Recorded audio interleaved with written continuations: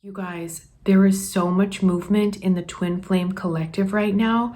No matter where you are on your journey, don't give up hope. If you haven't met your twin flame, if you're not dating or speaking, the circumstances don't matter. Trust the divine.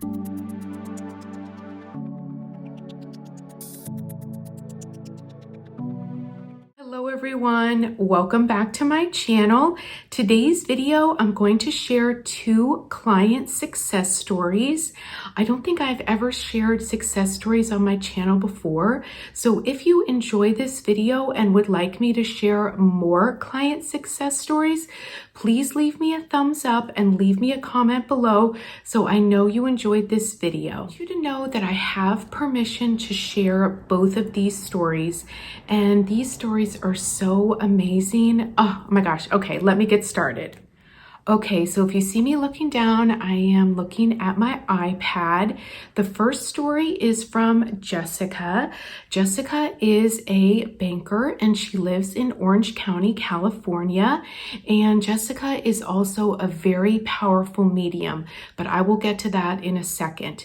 So the reason why Jessica made an appointment was because she had started menopause.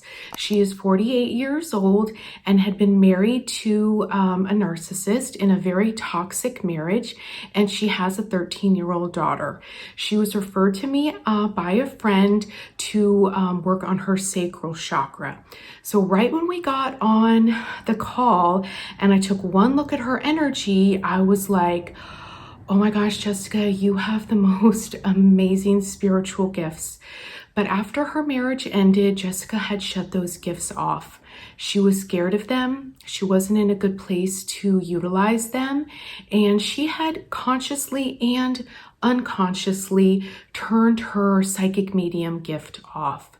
So what I saw was that the severe menopause pains that she was experiencing in her sacral chakra were actually being made worse by her shutting off who she really is, which is a powerful medium. And so we started to work on her sacral chakra and clearing the blocks there, which immediately relieved a lot of the physical pain that she was experiencing. And we also started to work on her pineal gland, her crown chakra, and getting her gifts to come back online. And when her gifts started to come back online and she started to give impromptu readings to coworkers, friends, family, simultaneously all of the pains in her sacral chakra started to go away. And what Jessica found was that when her sacral chakra healed and when she really moved on from the painful chapter with her ex-husband, she was ready to meet her soulmate. She was ready for her twin flame. And when we first spoke, she really wasn't interested in having a relationship again. She was still very traumatized from the marriage. And so there was a lot of work to do on the inner child, on the aspect of self from when she was in this abusive relationship. And then also we needed to clear that trauma out of her energetic field, because trauma in your energetic field actually acts as a repellent to your manifestations. And when your energetic field is in alignment, you actually bring in and are a magnet to your heart's desires. So I also explained to all of my clients that when we start to do manifestation work and when we give it over to the divine, and Jessica really learned how to trust the divine again.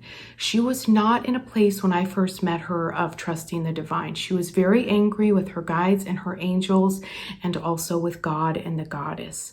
So we had to start with self and accessing that goddess part of herself. And we also need to trust the divine and all of the bridge of events that will lead us to our manifestation. And a lot of times those are not conscious bridges of events. They are divinely orchestrated by the universe. And I will get into more of this when I tell more of these stories, but pretty much all of my clients that have pretty much a miraculous experience, they could have never planned it, manifested it in that conscious way. There is that part of letting go that allows for all of these events to take place. As Jessica started to give more readings and work on her mediumship, she watched a lot more videos on YouTube about how to be a medium, and she uses some very specific tools in her mediumship. And there was a video of a gentleman that popped up on her suggested page on YouTube, and he was using the same similar method for channeling that she was using. So she ended up binge watching a bunch of his videos, and Spirit, the divine, really encouraged her to reach out to him. I'm getting chills as I'm even saying this now. And it turned out that he lived down the street from her, and they met up, and she emailed me and told me she was almost positive that she had met her soulmate, her twin flame. And on January 1st, he got down on one knee and proposed to her. And Jessica is 48 years old, and her twin flame is 28. There is a significant age gap, but in terms of how they get along, their connection with each other, you know, age doesn't matter. So Jessica wanted me to share this story with you, and she also wanted me to let you know that this time span from when I met her until when her twin flame proposed was 3 months. So I hope that story inspires you, and thank you so much to Jessica for letting me share it. Okay, so the second success story is from Nick, and Nick lives in New York. And Nick came to me also as a client referral, and he was not sure if he had met his twin flame. Nick had been living in San Francisco, and he had been dating a woman there, and they were in a very classic runner-chaser, and they both were running and both chasing. And they had a lot of tower moments. They broke up more times than he could remember. And then Nick's job transferred him to New York. They both work in the tech field. And when we met, he was very brokenhearted. And so what we started with Nick was heart-to-heart conversations, having those internal conversations with our twin flame, connecting to their higher self and talking on a heart-to-heart basis. And she told Nick and I that she was so sorry it didn't work out, that she was totally brokenhearted, and that she knew that they would end up together, that the divine would reunite them. And she also told us a lot of things going on in her personal life. We found out so much through several of these heart-to-heart conversations that we have inside of ourselves. Nick and his twin flame had not seen or spoken to each other in 4 years. So that's why Nick was really feeling that maybe he wasn't a twin flame, maybe this wasn't a twin flame relationship, because the separation and the no contact had gone on for a really long time, and it had really taken its toll on Nick. And through the heart-to-heart conversations, he got out of all of that heartbreak and got back into his divine masculine.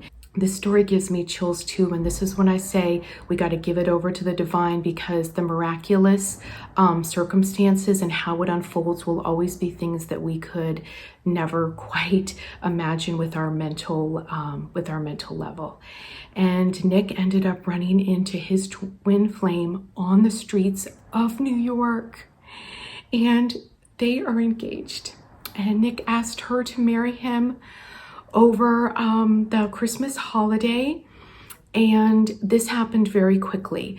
When they ran into each other, they ended up having drinks that night, started dating, and it turns out her job had transferred her from San Francisco to New York. And this happens all the time, and I don't know why I am surprised, but Nick said that she literally said word for word to him all the conversations that we had heard in our sessions. This particular union took about the same amount of time. They caught up with each other in September and then got engaged in December. So if you would like assistance with your twin flame union, all the information to schedule an appointment with me is below. Thank you so much for watching. I hope you enjoyed this video. Sending you lots of love. Namaste.